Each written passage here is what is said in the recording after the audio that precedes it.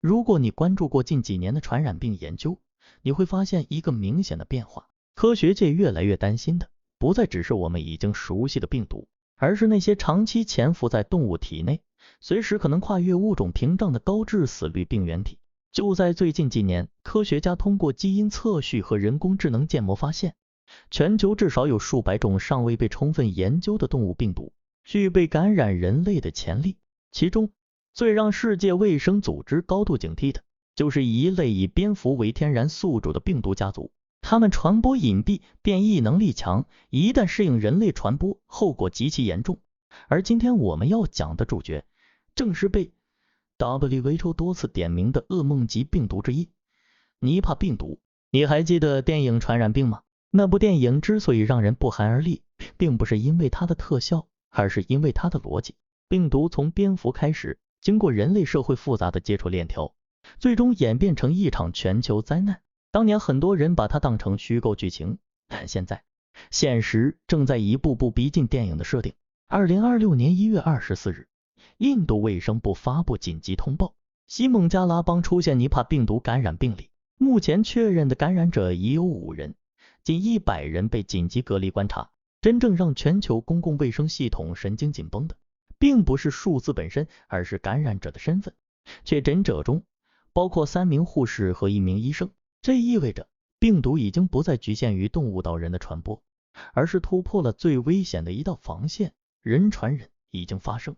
世界卫生组织迅速做出反应，将尼帕病毒再次列为具有大流行潜力的优先病原体，并发出最高级别警告。原因只有一个，这种病毒太致命了，而且我们几乎没有任何现成的武器。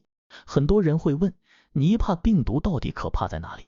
为什么它会让 WHO 如此紧张？简单来说，它集合了所有公共卫生专家最不愿意同时看到的几个特征。首先是致死率。根据世界卫生组织和历次疫情的数据，尼帕病毒的致死率通常在 40% 到 75% 之间。这是什么概念？作为对比，新冠病毒在全球范围内的平均致死率通常低于 1%， 也就是说，尼帕病毒一旦感染，生死的概率几乎不掌握在现代医学手中，而更像是一场残酷的掷骰子。第二是它的攻击方式。尼帕病毒并不是只攻击肺部，引发呼吸系统疾病，它更可怕的一点是能够直接侵袭中枢神经系统。很多患者在最初只是出现发烧、头痛，看似像普通流感，但在短时间内就会迅速发展为脑炎，出现意识障碍、抽搐，甚至脑水肿。世界卫生组织的警告中明确指出，部分患者可能在24到48小时内陷入昏迷，最终死亡。即使侥幸存活，仍有大约 20% 的患者会留下长期神经系统后遗症，比如性格改变、记忆障碍、癫痫发作，这些影响往往是终身的。第三个让人不安的特点是它的潜伏期。尼帕病毒的潜伏期通常为4到14天，但在个别病例中最长可达45天。这意味着什么？意味着一个看起来完全健康的人，可能在1个多月的时间里正常生活、旅行、社交，却在不知不觉中成为病毒的传播者。这种长潜伏期让传统的体温筛查和症状监测变得极为被动。那么，这样一种致命病毒是如何进入人类社会的？答案听起来非常简单，却也非常讽刺。一口水果。尼帕病毒是一种典型的人畜共患病，它的天然宿主是果蝠。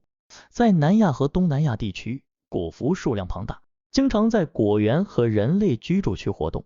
它们本身对病毒几乎没有症状，却会通过唾液、尿液把病毒留在水果表面。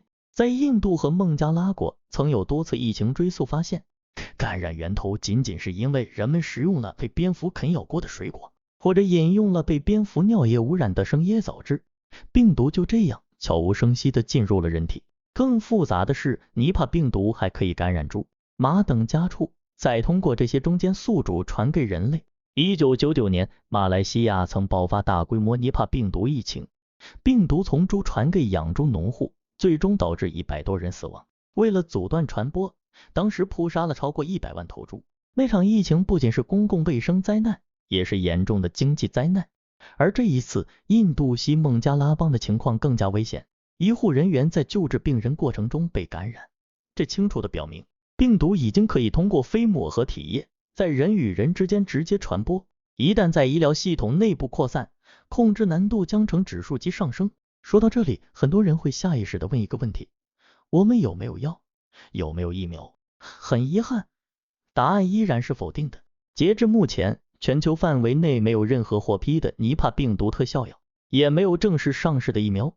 临床治疗手段仍然停留在支持性治疗阶段，退烧、补液、上呼吸机，维持血压和氧饱和度，剩下的一切只能交给患者自身的免疫系统。正因为如此，世界卫生组织早已将尼帕病毒列入研发蓝图中的最高优先级，与埃博拉、SARS 等病毒并列。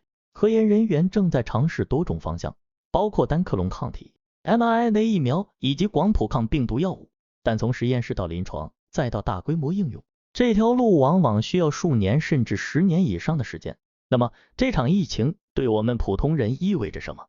首先要明确一点，病毒没有国界，哪怕疫情目前只出现在印度的一个邦，随着国际旅行的恢复，任何一种高致死率病毒都可能在几十小时内跨越半个地球。历史已经无数次证明，侥幸心理是传染病面前最危险的敌人。我们能做的其实并不复杂，但非常重要。